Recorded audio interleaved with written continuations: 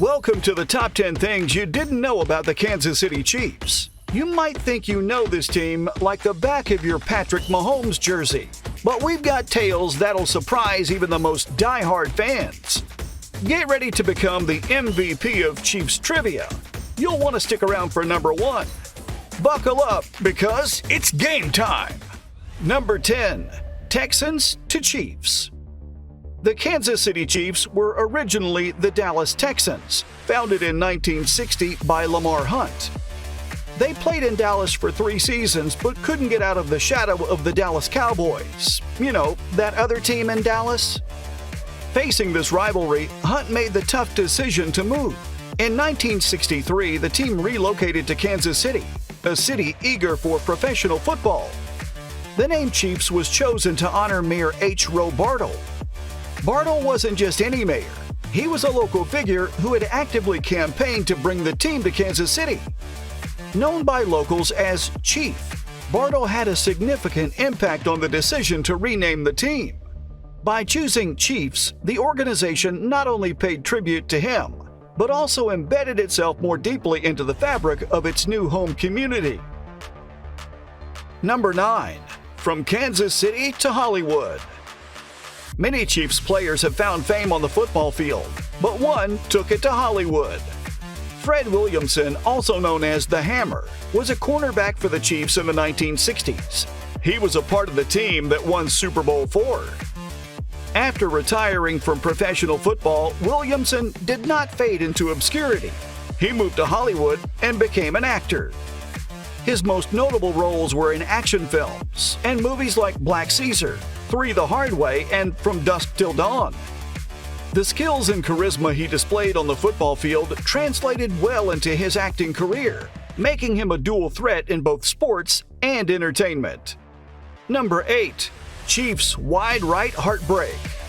The term wide right isn't unique to the Chiefs. It's a phrase that also sends shivers down the spines of Buffalo Bills fans.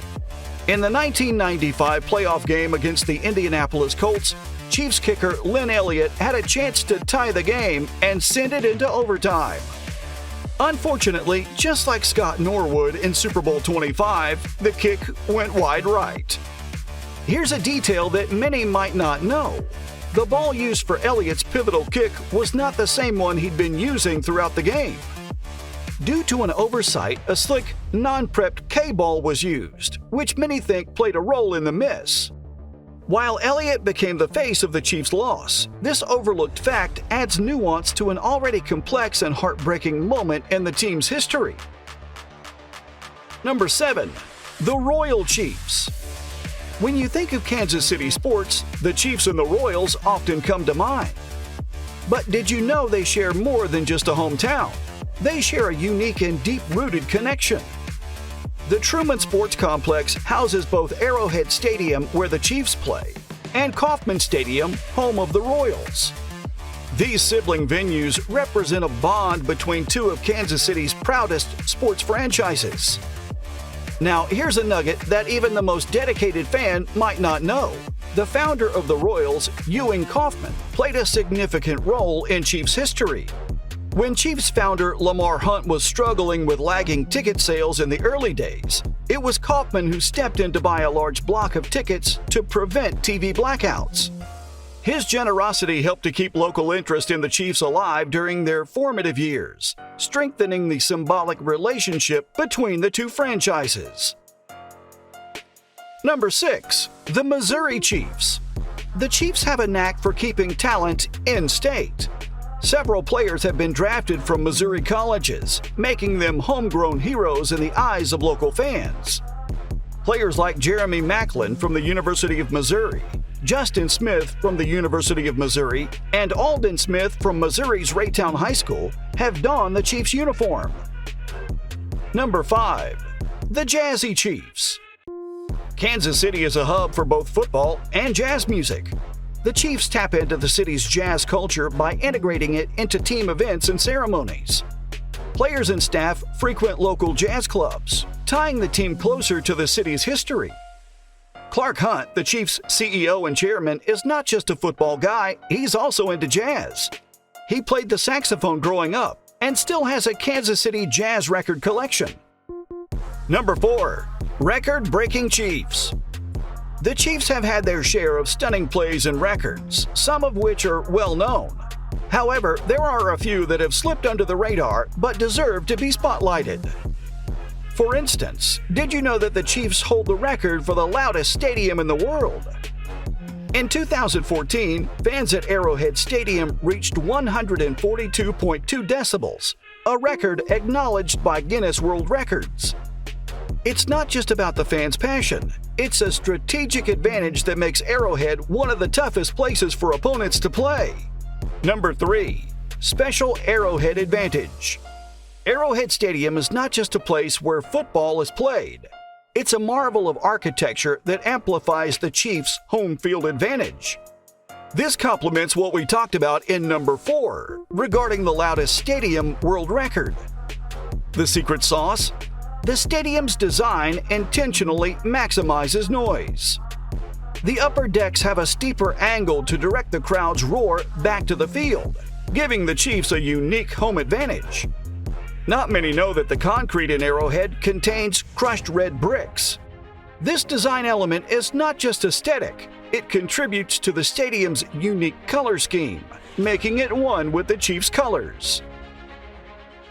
Number 2. Riding the Red Wave. In Arrowhead Stadium, one of the most electrifying sights is the Sea of Red. This isn't just a random occurrence, it's a time-honored tradition where fans wear red to form a visibly stunning and intimidating backdrop. This phenomenon adds to the already challenging environment for opposing teams. This also links back to the stadium's unique architecture, which we touched upon in number 3. Ensuring that Arrowhead remains a fortress hard to conquer. While the Red Sea is visibly impressive, did you know that this tradition was inspired by a college football tradition? Clark Hunt, the owner, adapted this from his alma mater, Southern Methodist University, where a similar sea of colors was a staple at games. Number 1. More than meets the eye. The Arrowhead logo of the Chiefs is more than just a simple design. It's a symbol loaded with history and meaning. While the emblem has become synonymous with the team, its roots go deeper than many realize. The arrowhead pointing to the right signifies forward movement and embodies the Chiefs' philosophy of always advancing, never retreating. The intertwined KC in the logo is a straightforward representation of Kansas City, but also serves to unite the community under a single banner. The logo was designed by Lamar Hunt, the team's founder, who sketched the initial design on a napkin. Ever wonder why the KC inside the arrow seems balanced? The letters were meticulously designed to be geometrically symmetrical, reflecting the harmony the team seeks both on and off the field. The final whistle. That brings us to the end of our riveting journey deep into the heart of Chiefs Kingdom. If you're a fan of the red and gold, or just love NFL trivia and you appreciated these rare peeks behind the curtain, do us a favor. Give a virtual tomahawk chop to that like button, dash into the end zone by hitting subscribe, and launch a perfect spiral like Mahomes by sharing this video with all the Chiefs and NFL fans you know.